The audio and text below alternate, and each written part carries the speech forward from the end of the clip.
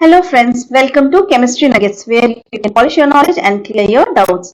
So friends, आज का video है एल्यूमिनियम क्लोराइड के बारे में जानने का। क्यों एल्यूमिनियम क्लोराइड लुईस एसिड की तरह बिहेव करता है, या फिर हम कहते हैं कि aluminium chloride electron pair acceptor है या लोन पेयर एक्सेप्टर है। यही सब जानेंगे इस वीडियो में। तो चलिए स्टार्ट करते हैं।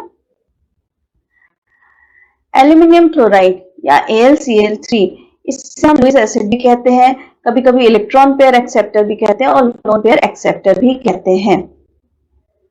इन सब का आंसर सिर्फ एक ही जगह पर मिलेगा हमें, जब हम एल्यूमिनियम और क्लोरीन की इलेक्ट्रॉनिक कॉन्फ़िगरेशन चेक करेंगे। तो देखते हैं एल्यूमिनियम की कॉन्फ़िगरेशन क्या होती है। एल्यूमिनियम के पास कितने इलेक्ट्रॉन होते हैं? 13।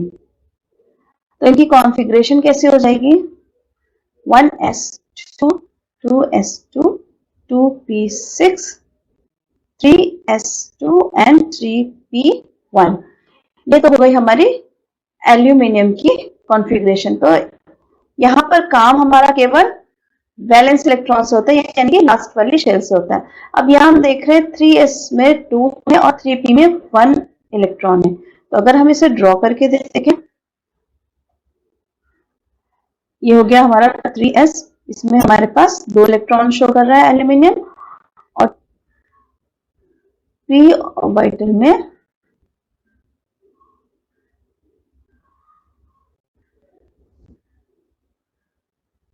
एक इलेक्ट्रॉन है। ये हो गया हमारा 3p। अब हम देख रहे हैं कि हमारे पास यहाँ पर p के 2 ऑर्बिटल्स खाली हैं। px फिल्ड है, वो भी हाफ फिल्ड है, py और pz वेकेंट है। ये तो हमारा एल्यूमिनियम का है ग्राउंड स्टेज। अब इसको थोड़ी सी एनर्जी दी जाए तो एक्साइटेड स्टेट बनेगा।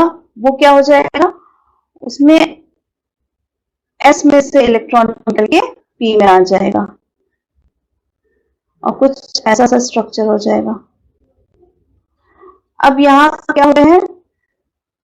3 अनपेयर्ड इलेक्ट्रॉन है एल्यूमिनियम की एक्साइटेड स्टेट में, जो कि हाइब्रिडाइज होकर क्या बना लेते हैं? एक sp2 हाइब्रिडाइज ऑर्बिटल बना लेते हैं। ये हो गया sp2 हाइब्रिडाइज्ड और ये हो गया हमारा pz। यहाँ पर 3 ऑर्बिटल है, तीनों की ये हो गया हमारा sp2 और ये हो गया हमारा pz। अब ये जो sp2 हाइब्रिडाइज ऑर्बिटल है जिसमें 3 अनपेयर्ड इलेक्ट्रॉन है, इस स्टेट में अगर बाहर से कोई इलेक्ट्रॉन आता है तो हर शेल में, हर ऑर्बिटल में एक इलेक्ट्रॉन जाएगा और शेयरिंग करेगा। शेयरिंग करने से बॉन्ड बनेगा। अब यहाँ पर आ रहा है हमारे पास क्लोरीन, इसके पास होते हैं 17 इलेक्ट्रॉन्स। तो इसकी इलेक्ट्रॉनिक कॉन्फ़िगरेशन क्या हो जाएगी? 1s2 2s2 2p6 3s2 and 3p5। तो अब 3s2 3p5 में क्या हो रहा है? ड्रॉ करके फिर से देखते हैं। s में 2 हो गए और p में 5। 1 2 3 4 और 5। तो यहाँ पर बचता है pz में एक इलेक्ट्रॉन कम है।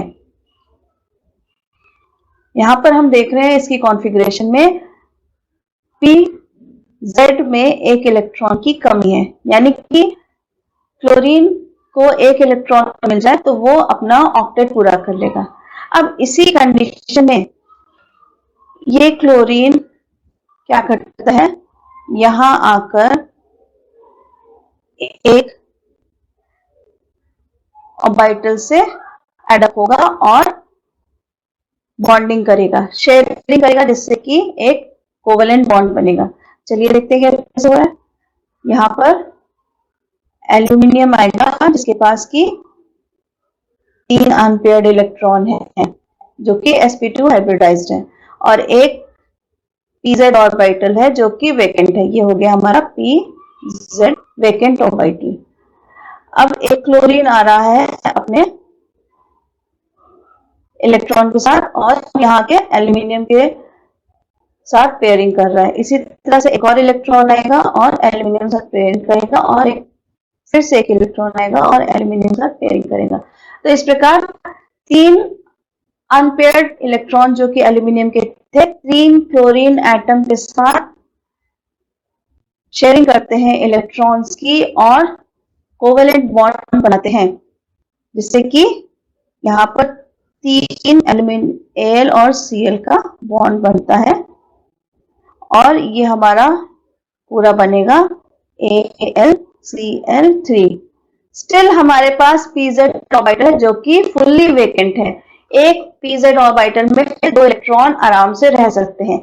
इसीलिए अगर कहीं से बाहर से कोई भी अगला एटम जिसके पास की 2 इलेक्ट्रॉन्स हैं या कि लोन पेयर ऑफ इलेक्ट्रॉन है या 2 माइनस चार्ज कहीं से आ रहा है, तो वो एल्यूमिनियम तुरंत एक्सेप्ट करेगा क्योंकि उसके पास खाली जगह है।